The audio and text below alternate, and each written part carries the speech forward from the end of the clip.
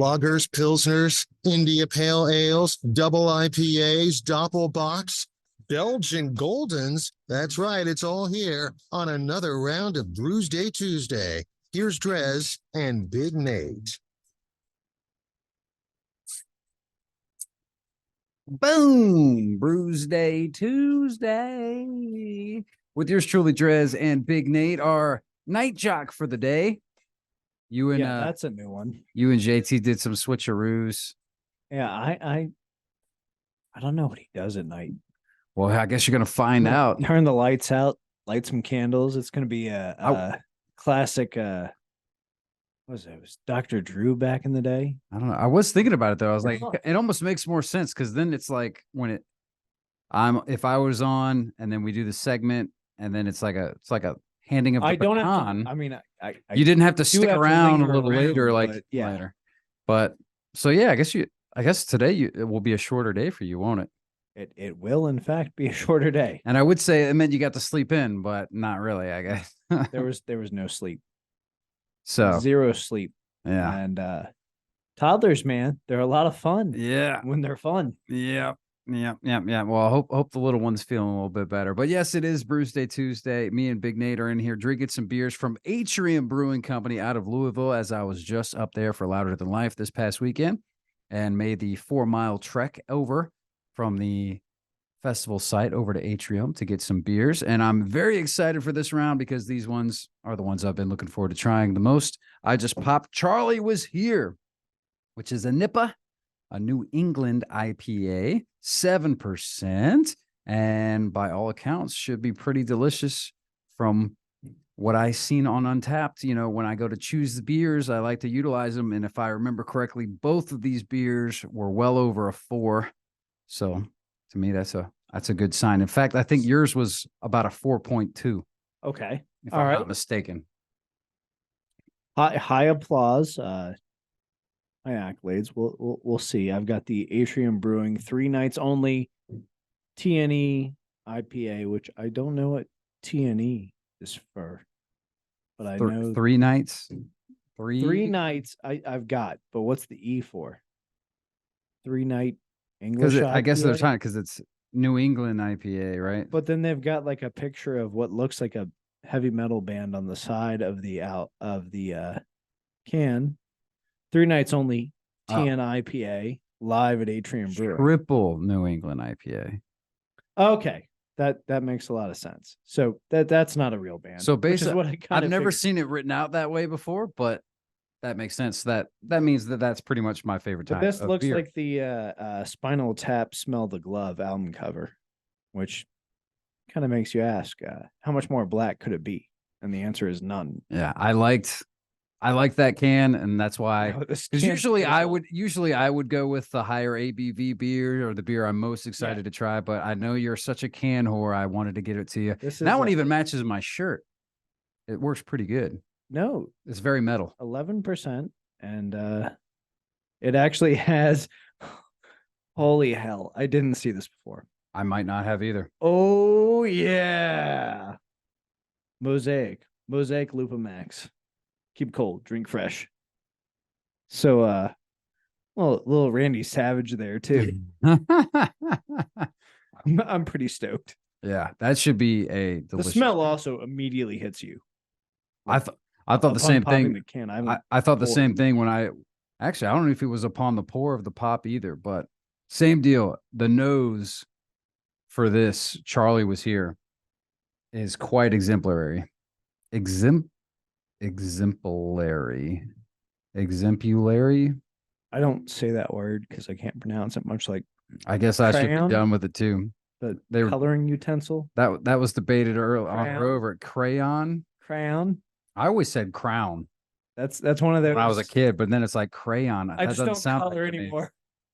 Yeah, I don't know. I don't know. So, I was at a rock festival.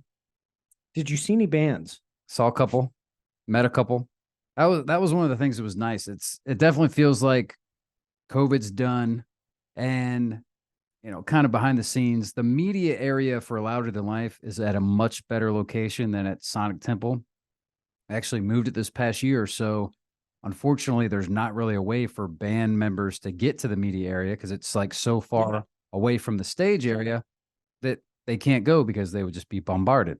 So I didn't really get a lot of artist interviews at Sonic Temple.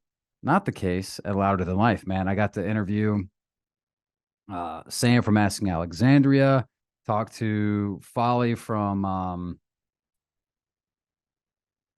Bad Omens, talk to Virginia's own. yeah, exactly. Well, except he's the Swedish member. transplant, yeah, Yeah. say. So of course I was like, oh, it figures that the one non-Virginian is the one that I get to interview. But so that was kind of funny. But yeah, man. I mean, the fact that I got to talk with the Who, which I mean, the interview was interesting. I've never interviewed with an interpreter before, so that was kind of fun and a little different. But he knew more English than I thought he would. And then later, I saw the whole band hanging out and got to cheers with them and talk with all of them. Really, well, somewhat talk with them, I guess. So I've watched them in interviews before, and I do think they know. Like that's been a running suspicion of mine is that maybe it's just there as a crutch. Well, it was one of those things where he could understand me very well. I don't know if you heard the interview or whatever, but so he could understand me quite well. And so I would ask a question and he would start to answer it. And then the interpreter would sort of do that. And he couldn't really answer it in English very well. So it's easier for him to. So you can understand it, can't speak it for the most part. Yeah, that was what it was. And so, I mean, it went pretty well. There was a couple times where actually the interpreter like sort of maybe forgot what he said. He was trying to tell me his response and then kind of got lost and was like, wait, what? Like, and then, but it was still all around pretty awesome. He gave me a guitar pick since he was the not guitarist. I can't remember what they call it. It's like a special Mongolian guitar thing. Yeah, I don't think they play any like traditional Western instruments. No, not at all. All it was awesome seeing them live. Yeah. I mean, that might have been one of the highlights for sure, band wise. I mean, and it was so funny because I was wondering if they would have somebody doing like, cause they have guest vocals. Yeah. Jacoby's on, William Duvall, there's these different guests, Surge and stuff, but they were just doing the Mongol stuff. So as they're playing, Juve Juve you or Black Thunder, in my mind, I'm hearing and singing sort of like the words that I know. Then that would be a great point for crowd participation. The crowd, if you could get them all on it. Yeah. And the other thing, my biggest takeaway from your weekend was that you and the BB got to cross something off my bucket list. Thanks, guys. What was that? You guys met Johannes from Avatar? Oh, yeah, we did. So that was funny. Still haven't seen them in person. Really? No. I was supposed to go see them back in like March, but my car died. So what's sort of almost embarrassing about that was, we got to see them back in the media area when they were getting their. It was funny. I did that whole interview with Roadhounds, and I posted the video of me getting, I guess, digitized into their virtual world or whatever. So I look over and I'm like, is that Avatar getting their avatars made? And sure enough, it was. But so, we actually got to meet them and chat with them a little bit, but we missed their set. We didn't even see them. I mean, we've seen them live. I've seen them live multiple times, but yeah, unfortunately, I can't remember what it was. I'd have to look at the schedule again, but it didn't happen. They're one of those, my early days, music director at WVRU. One of the earlier records I got sent was Avatar's Black Waltz, I believe.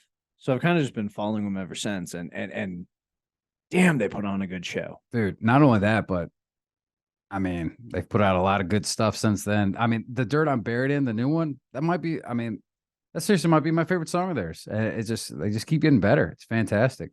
My morning alarm is A Secret Door, which has Corey Taylor whistling on it, and I'm shocked that one didn't get more attention. You got Corey Taylor. How can you go wrong? Yeah. But so that was pretty cool. We also that was BB spotted them. She actually spotted them. She messaged me. She was like, I think Avatar just came in. And I was like, oh yeah, that's definitely Avatar. And she was spotted by what's his name? Cruxix. We posted it. This dude saw her Some kilt. wrestlers. Yeah, the wrestler saw her kilt and was like, you better be Scottish wearing that or whatever. And she's like, I'm from Aberdeen. And so then he just got super excited and like picked her up. And so, and I'm over there interviewing Hexla. That's my wife, I'm interviewing a band, and I just see out of the corner of my eye my wife get lifted in the air. I'm like, what the hell is going on? So I'm like wrapping up the interview, and I get over there. I'm like, what is the deal? And then I quickly noticed that it's this dude who's wearing a kilt and has got the thickest, typical Scottish accent. I'm like, okay, yeah, they're Scots bonding at this point. And this dude was so cool. We need to watch it. I guess it's a new Netflix documentary series called Wrestlers. Yep. And they're based out of Louisville. So it was him, and I think it's Freya was one of them. Mm-hmm. And they were hanging out.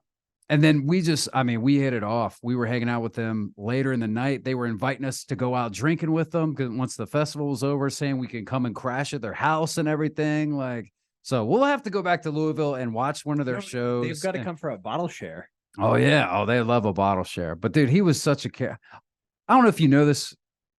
If you meet Scottish people, they're all just hilarious. I mean, this guy was just the personality of the yin yang. Yeah, I mean, it's insane. But he was just such a character and a lot of fun. So now we have to watch Wrestlers on Netflix, which I've heard really good things, too. It was so funny. We went to Bill's booth to say goodnight to Bill and say bye to Bill. And when we're at Bill's booth, one of Bill's helper guys that like Dean, that helps him kind of sell the art. He looks over and he's like, wait a minute. I know them.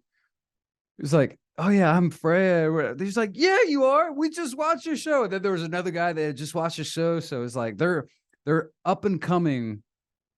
They're going to be big probably because apparently the show is really good and they're really down to earth, cool people. So I'm hoping they stay that way. Speaking of Bill's booth, is what's he working on right now? Did you get the skinny on that? Art wise? Yeah. He's still doing the Life Force series. Yeah, did you not listen to the interview with Bill? I might have been asleep. You might have missed that one. That was the last one, I think, of the whole thing. But yeah, he's doing the new Life Force series. I actually have a lot of his stuff I need to bring in. He gave me basically all of his extra stickers. So nice. I could almost probably finish off this door in the Bear Studio, and it could be we're running out of doors. Gorgeous. Man. Well, maybe honestly, we are out of doors. His stuff is so high quality. I could probably try and find a better way to display it somehow. Maybe on the console or on the countertop, or actually just straight in the center of the monitor. He does do great work. Yeah, and it is. I'm always Yeah. fascinated. There are some that just like it seems like he really captures the motif he's going for every time, and I honestly don't understand. Like, do you know why he just decided like, hey, one day I'm going to paint? Well, the story goes, and I want to put words in his mouth or whatever. It's been a while since I remembered him telling this story, but I think he was in a pretty. I think he might have been in a bit of a dark place, and somehow he just sort of he found solace. I know the first painting he did was the Redheaded Stranger, Willie Nelson.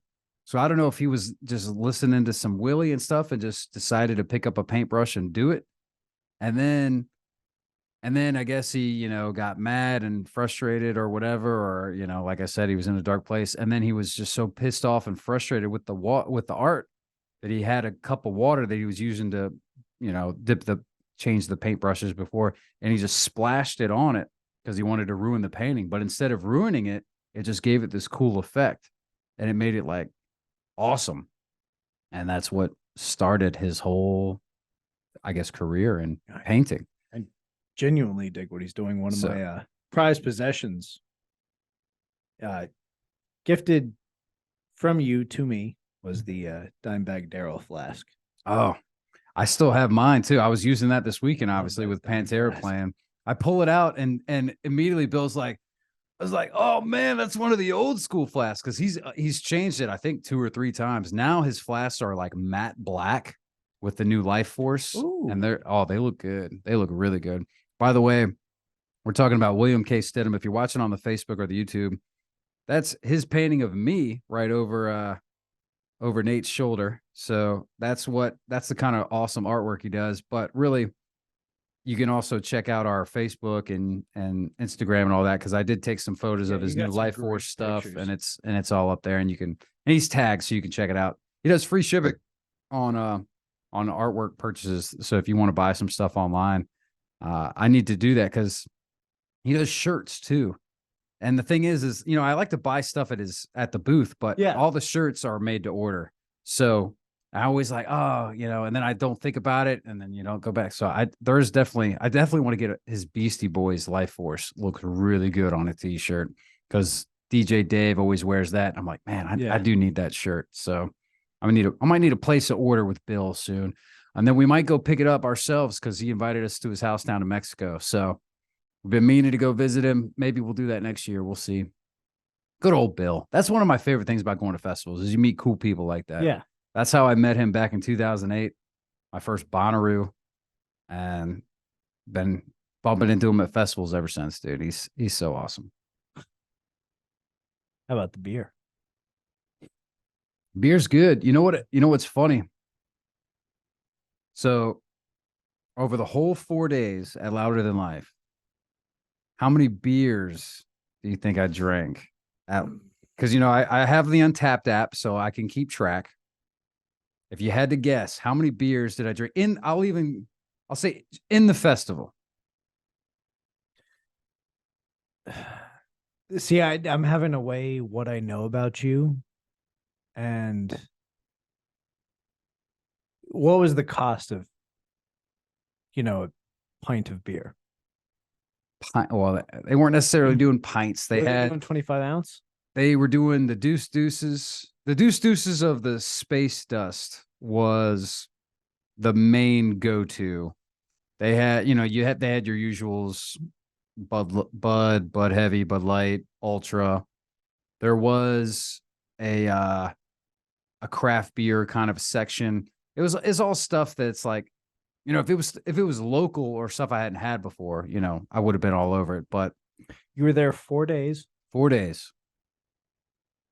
We'll go with the case 24. The correct answer is a goose egg.